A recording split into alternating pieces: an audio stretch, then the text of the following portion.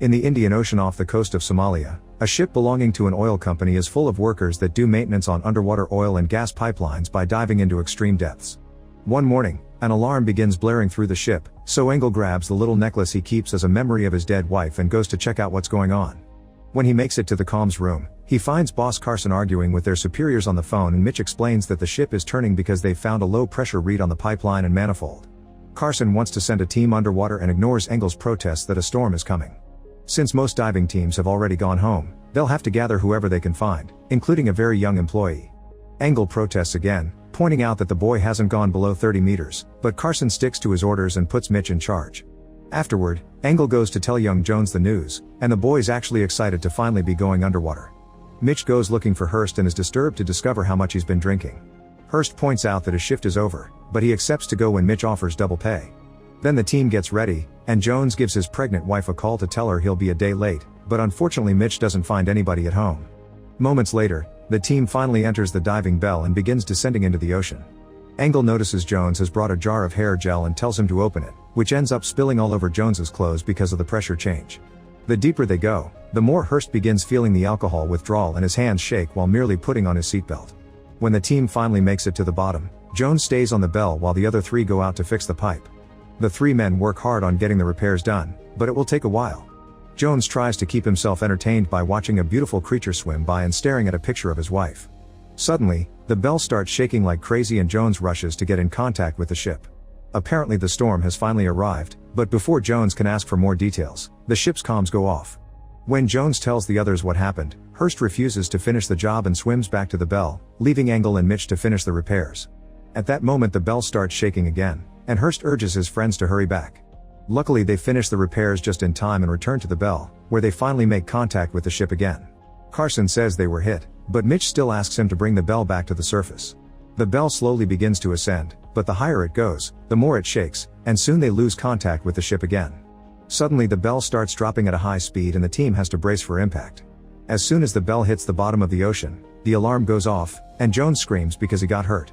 Mitch and Hurst immediately hold him down while Engel puts his knife inside Jones's mouth. It turns out he had pressure caught in a tooth cavity under the filling, but the poke of the knife quickly takes care of it. While Jones takes a moment to recover and the system stabilizes, Mitch tries to contact the ship again to no avail. Engel decides to go outside to check the damage, discovering that the damage is just some scratches and that the beacon is still working. Hurst checks the inventory and finds blankets and first aid, but no survival suits. Mitch points out the backup heating is working, so hopefully that will be enough. Afterward, Engel continues to swim to check on the umbilical cables that connect the bell to the ship. He follows the trail until he discovers a disturbing sight. The ship has been destroyed by the storm and he's looking at the sinking parts. To make matters worse, Engel finds all the bodies of the crew, including Carson. Engel returns to the bell and drops a piece of the ship to prove it's been sunk. At first Mitch refuses to believe it and asks Jones to try the comms again, but Engel mentions the bodies and yells at him to make him see the truth. They are stuck here with limited oxygen, so they don't have much time left. After a moment of silence to let the news sink in, an argument begins, which is made worse when Engel explains that the company is in lockdown and nobody will come. Hurst and Engel grab each other, ready to add punches to the fight, but Mitch quickly separates them and asks everyone to calm down in order to save oxygen. Then Mitch remembers they have the manifold location of the pipe from when they came down to fix it, so he writes it down and gives it to Jones to transmit it through the comms every 15 minutes, hoping any passing ship will get the message. Engel thinks they should detach the clump weight to make the bell float again so they can be seen, but Mitch doesn't let him, pointing out that pressure is equalized inside and out, so if they rise it could kill them. At that moment, one of the oxygen tanks gets loose, and the bell starts losing air, so the alarm goes off again. The team rushes to get some masks, especially for Jones who isn't used to this and is already feeling dizzy. Engel also goes down because of his age and takes the other mask while Mitch stabilizes the bell and notices they've lost 2 hours of breathing gas. Another argument ensues as Hurst wants to go looking for the ship wreckage for a new tank and Engel insists on making the bell float, but Mitch insists that it's too risky and they should just wait. Jones continues to try the comms and suddenly they get an answer from a Chinese fishing ship. Unfortunately, because there aren't Chinese citizens in the bell, they refuse to offer help and hang up. Afterward, Hurst and Mitch suit up to go double check on the bell damage before they lose another oxygen tank. Engel watches them go and begins thinking about the day he was out on a trip with his now dead wife, and Jones guesses Engel has no hope of getting rescued. Meanwhile, Hurst and Mitch make sure the cylinders and the valves are well adjusted, but they also discover that there's a crane block on top of the bell. While they work on making the valves extra secure, the crane block falls and crashes against Mitch, knocking him out. Hurst panics and rushes to help him, only to discover Mitch's umbilical is snagged. He tries to detach him, but his shaking hands are having trouble, so Engel ends up jumping into the water with no suit at all. Engel's experience allows him to quickly detach Mitch from his umbilical, and together with Hurst they drag him back into the bell. As soon as they make inside, they remove Mitch's helmet and he immediately wakes up as he takes deep breaths. Then he proceeds to scold the heck out of Hurst, saying his diving days are over because his hands are useless now that he's an addict. Hurst apologizes, but he also points out that the mechanism had been broken and that he only drinks because of the isolation caused by 18 years of being a diver. A few hours pass, and the bell loses half the air. Engel insists they should do something, but Mitch is stubborn and still orders them to wait. Moments later, Engel and Jones are sleeping while Mitch throws himself into praying. He's about to fall asleep too when he hears radio static, but when he runs to check, he sadly discovers it's a false alarm. Then he goes to check on Hurst, only to find him gone. Mitch wakes the others up and uses the radio to call Hurst, who announces he's going to fix things. It turns out Hurst has put on a suit and is following the ship's umbilical to try to find extra oxygen tanks. Mitch orders him to come back, but Hurst ignores him and keeps talking about his old diving experiences. However, the further he goes, the worse he's affected by hypothermia, and soon he enters a delusional state, which makes him ramble about his family. Soon Hurst begins complaining about how hot he feels and falls to the ground, dragging his body on the sand as he struggles to breathe. In the bell, Engel points out they should cut the gas since Hurst is going to die anyway. Engel thinks they should save oxygen and Hurst should die quickly instead of painfully slowly. Mitch is disturbed by the idea since he doesn't think they have the power to choose who dies, and this triggers yet another argument. While Engel and Mitch fight, Jones makes the choice and presses the button to cut the gas, and soon they stop hearing Hurst's breathing, which confirms he's dead. What they don't know is that he had been 2 steps away from finding the ship's oxygen tanks. To say goodbye to Hurst, Mitch offers a prayer and throws Hurst's other umbilical end into the water. Moments later, Jones decides that since he didn't get to dive on the job, he'll go swimming now. He jumps into the water and is surprised to find his wife there, looking beautiful with no clothes. The two of them reunite and start kissing, but when things start to heat up, blood begins coming out of their mouths. Jones panics and tries to swim again, but his wife keeps him in her hold firmly as blood continues to come out. Suddenly, Jones opens his eyes and realizes it had all been a nightmare. When Mitch checks on him, Jones starts to accept he isn't going to make it and that his wife will have to have the kid alone. He wonders what fatherhood is like, and Mitch tells him a story of how amazing it felt to hold his baby for the first time. At that moment, the heater starts failing, which will add the potential of freezing to death. Luckily, Jones knows how to improvise and uses a torch on a tank they fill with water to make a homemade steam boiler. Now they have a little over an hour left of air, so Mitch decides to write a letter to his family, apologizing for not leaving the job when they asked him to. Then he saves it in a sealed plastic bag so it can be found with his body later. Seeing this brings memories back to Engel again, but the moment is interrupted when the comms suddenly come to life. It's a Navy frigate that came after the Chinese fishing ship passed them the Bell's message, and they confirm that the company never contacted anyone. This new ship will start looking for them, but it may take hours to find them because they don't have the exact coordinates. Since it looks like they'll still die, Engel offers an idea. The drywall chambers on the pipelines carry spare cylinders, so if they mix the gas with their remaining helium, they might buy enough time. Mitch is hesitant because they've drifted for miles and there's no way of knowing where it is, but Engel points out they don't have much of a choice anyway. Mitch approves of the plan and Engel suits up to start searching.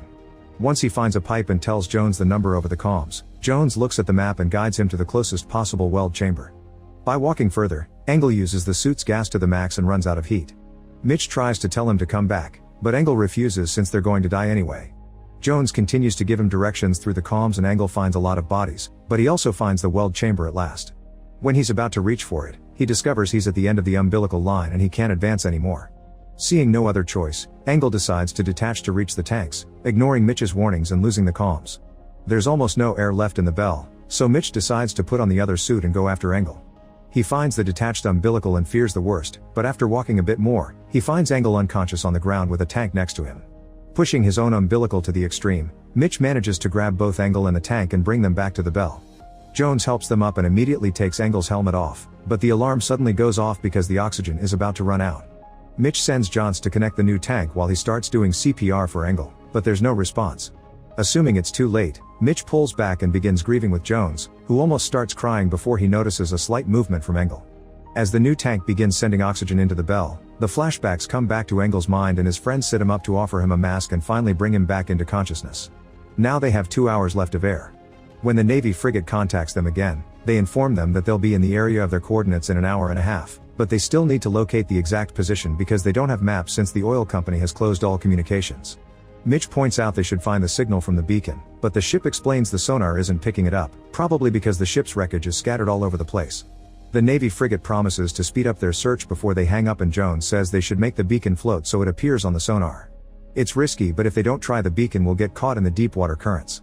Mitch volunteers to go, and while he's getting ready, he gives his letter to Engel so he can give it to his family in case something happens to him. He also shares the discussion he had with his family about leaving his job, and in return, Engel explains he lost his wife in a car crash. Engel still feels guilty about it because he thinks he didn't pull hard enough to get her out of the wreckage. Afterward, Mitch grabs the beacon and begins swimming up, going as far as the umbilical lets him. Then he has to use a switch Jones made to send the beacon up, but the beacon keeps slipping away, so Mitch has to take his gloves off. At that moment, a bunch of jellyfish shows up, and they take advantage of his bare hands to start stinging him over and over, making him lose the beacon. Mitch screams in pain, but he still struggles against the little beasts and manages to recover the beacon. Then he finally presses the button and lets it float up while the jellyfish surrounds him and stings him to death. In the bell, Jones cries when they stop hearing Mitch on the comms. Engel is furious at another loss and tells Jones to cut the gas, but Jones is having a breakdown because he thinks he won't see his wife ever again. Engel has to cut the gas himself, then he grabs Jones to shake him and make him calm down, but when he throws him to the floor, Engel realizes he's losing it too and lets the boy go. Nearby, Mitch's body sinks to the bottom of the ocean. Afterward, Jones takes out a knife and explains death by suffocation is too slow. If rescuers don't come in time, Engel should kill him to end things quickly, because Jones doesn't think he can do it himself. Before Engel can answer, another message from the Navy frigate comes. They've found the beacon, but it'll take an hour for the divers to get there. Seeing no other choice, Engel tells them he'll make the bell float up before hanging up. The duo disconnects the bell, which starts going up quite fast.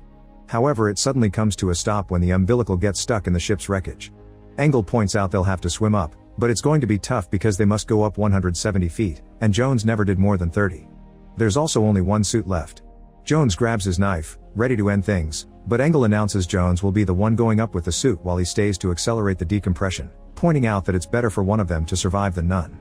Engel gives Mitch's letter to Jones and gives him instructions on how to survive the dive, but Jones can't believe what's happening and demands to know why Engel is willing to do such a thing when he's the better swimmer. Engel confesses that on the day of the car crash, there was a kid in the other car, and he failed to save him too. Now he refuses to let another young person die. Accepting this, Jones puts on the suit and begins swimming up while Engel gives him instructions through the comms. The bell is starting to fill up with water, but Engel ignores it, telling Jones to expect some pain because of the pressure change. Jones starts screaming at the pain in his limbs, saying that he's scared, but Jones encourages him through it. Once Jones reaches the end of the umbilical, he takes a deep breath of air and attaches to swim the last 20 feet without the suit. This causes decompression sickness and Jones starts bleeding from the mouth, but he doesn't give up and keeps going with his remaining strength until he finally hits the surface.